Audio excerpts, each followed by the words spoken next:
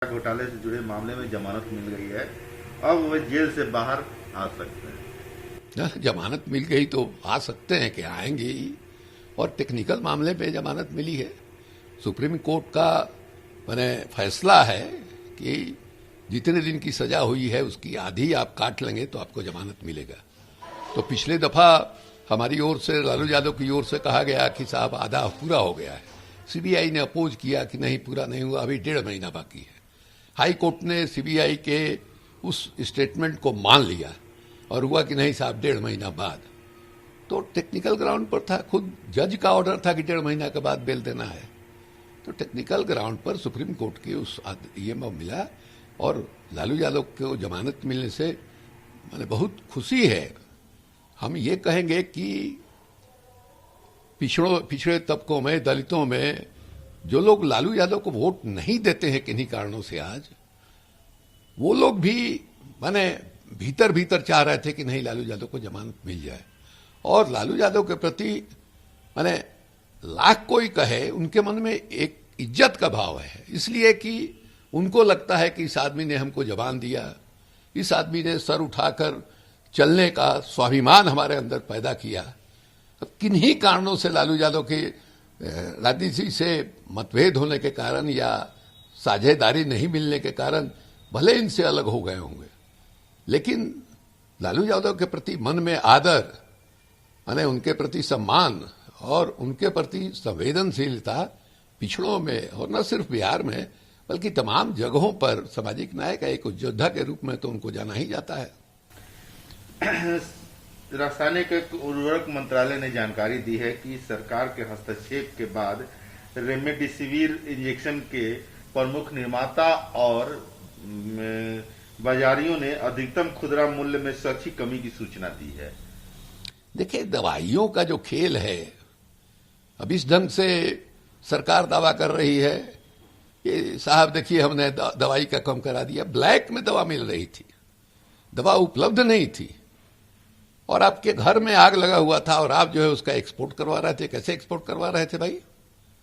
अभी सिप्ला कंपनी ने कहा है कि नहीं साहब उसका जेनरिक जो है हम बनाएंगे, उसको लाइसेंस इन लोगों ने दिया। और सिप्ला ने ऑफर किया है कि हम सीधे अस्पताल को देंगे, वो एजेंट के और दुकान के माध्यम से नहीं बेचेंगे। जिसको जरूरत है हमारे यहाँ ही करें, हम उनके यहाँ भेजवाएंगे। और सिप्ला कंपनी आजादी के आंदोलन में, जो बड़े स्वदेशी आंदोलन चला था गांधी जी के नेतृत्व में, उस समय विदेशी वस्तुओं के बहिष्कार का नारा दिया गया था, उसमें दवाई भी था। तो उस समय स्वदेशी स्वावलंबन के आधार पर सिप्ला कंपनी का निर्माण हुआ था। और उसके एक मुस्लिम ये थे, गांधी जी ने मैंने सिप्ला कंपनी में जाके विजिट किया था, उसका उत्पादन देखा था। इसलिए ये सरकार की दावेदारी है, सरकार के हाथ से मामला बिल्कुल निकल चुका है। डॉक्टर हर्षवर्धन ने राज्यों और केंद्र शासित प्रदेशों को कहा है कि कोविड-19 अस्पतालों, ऑक्सीजन युक्त बेड और अन्य प्रासंगिक बुनियादी ढांचे में वृद्धि करने को कहा।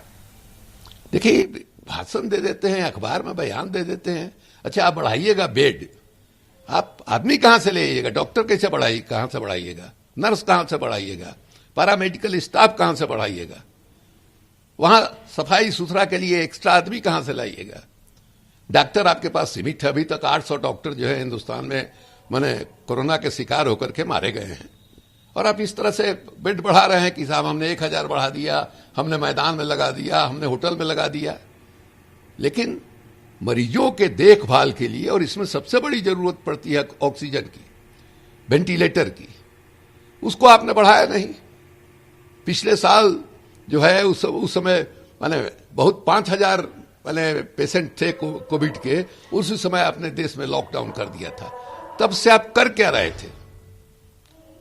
तो ये झूठ बोलते हैं। क्या नाम है, हर्षवर्धन ने अखबार में बयान दिया कि साहब 13.5 करोड़ वैक्सीन हमको मिली, हम 10 करोड़ यहाँ के लोगों को हो गया, 3.5 करोड़ हमारे स्टॉक में है, और कह रहे हैं कहीं दवा की कमी नहीं है। यहाँ बिहार में ही 16 लाख का टीका उत्सव, महामारी में ऐसे प्रधानमंत्री हैं कि देश में महामारी है, लोग मर रहे हैं, माने चिता जलाने के लिए कतार लगी हुई है, और उसका ही उत्सव नामकरण दे रहे हैं। उसमें जो हमारे यहाँ लक्ष्य था 16 लाख का, और कितना मिला? 5 लाख कुछ, 5000 कुछ मिला। और सरकार, बिहार सरकार ने मांगा था 30 लाख। तो झूठ बोल रहे हैं कि हम ये कर रहे हैं, वो कर रहे हैं। बहुत ही बुरी हालत है देश की। और मैंने जो विकास का जो नरेंद्र मोदी के नेतृत्व में जो दावेदारी थी, उसकी कलई जो है खुल गई। देश के जीडीपी का मात्र 2% हम लोग जो है हेल्थ के सेक्टर में खर्च करते हैं। हम लोगों से बहुत बेहतर स्थिति है बगल में बांग्लादेश की, और बहुत खराब स्थिति पाकिस्तान की भी नहीं है। इतनी बुरी हालत में हिंदुस्तान जो है पहुंच गया है। सोनिया गांधी ने कोविड-19 की स्थिति की समीक्षा करने के लिए सीडब्ल्यूसी की बैठक बुलाई थी। उन्होंने कहा है कि जो टीकाकरण का एज किया गया है 45, उसको 25 करने की मांग की है। ये बिल्कुल सही मांग है। अभी जो खबर आ रही है 8 बरस 10 बरस के बच्चों को हो रहा है, तो इसमें एज का बैरियर क्यों? जब 8 बरस 10 बरस के बच्चे भी शिकार हो रहे हैं। पहला जो दौर था उसमें हुआ था कि नहीं साहब, बुजुर्गों को पकड़ता है, सबसे पहले वही संक्रमित होते हैं। इसलिए आपने निर्धारित कर दिया कि नहीं साहब, हम इतने बरस के ऊपर जो बुजुर्ग हैं उनको देंगे।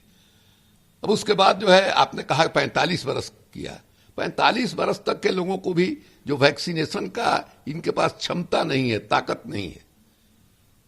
तो मांग तो ये बिल्कुल जायज है कि साहब सबको आप दीजिए, यूनिवर्सल वैक्सीनेशन हो, लेकिन हम क्षमता कहां है? मौत के आंकड़े को छिपाया जा रहा है। खुद माने गुजरात में इतनी बुरी हालत है, मध्य प्रदेश में इतनी बुरी हालत है, छुपाया जा रहा है आंकड़ा। माने लोगों ने वीडियो वायरल हो रहा है, दिखा रहा है कि किस तरह से लाशें जल रही है, और स्मशान घाट का एथी जो है बंद किया जा रहा है, दीवार बनाया जा रहा है ताकि लोग तस्वीर नहीं खींचे। इतनी बुरी हालत है।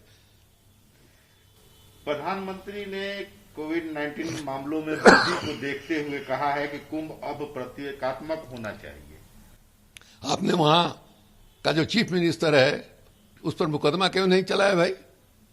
उन्होंने माने तीर्थयात्रियों को आमंत्रित किया, कहा कि आप आइए, यहां कोई पाबंदी नहीं है, मास्क कास्क किसी चीज की जरूरत नहीं है, और यहां गंगा मैया आपकी रक्षा करेंगी। इस तरह से फैलाया। वो जो मरकज में दिल्ली में जो माने ये लोग आए हुए थे, उसमें कितना हंगामा हुआ था भाई, कितना टीवी पर डिबेट हो रहा था। अब कोई चर्चा नहीं कर रहा है। ये देश ऐसा है, ऐसा माने हो गया है, मीडिया की हालत ऐसी हो गई है। उस समय जो लोग चिल्ला रहे थे कि ये लोग जो है माने कोरोना जिहाद फैलाना चाहते थे, ये को क्या हो रहा था वहां? और प्रतीकात्मक क्यों? प्रधानमंत्री को खुल बोलना चाहिए। और प्रधानमंत्री, गृह मंत्री जो है, चुनाव एक साथ क्यों नहीं करवाए भाई बाकी तीनों फेज का? और आज निकाले हुए हैं रैली, वहां बड़का रैली निकला हुआ है। 400 गुना जो है कि मामला बढ़ गया है बंगाल में कोरोना का, और सिर्फ इन लोगों के रैलियों के चलते। देश का गृह मंत्री जो है बिना मास्क के गली गली घूम रहा है, पर्चा बांट रहा है। इन लोगों ने फैलाया है।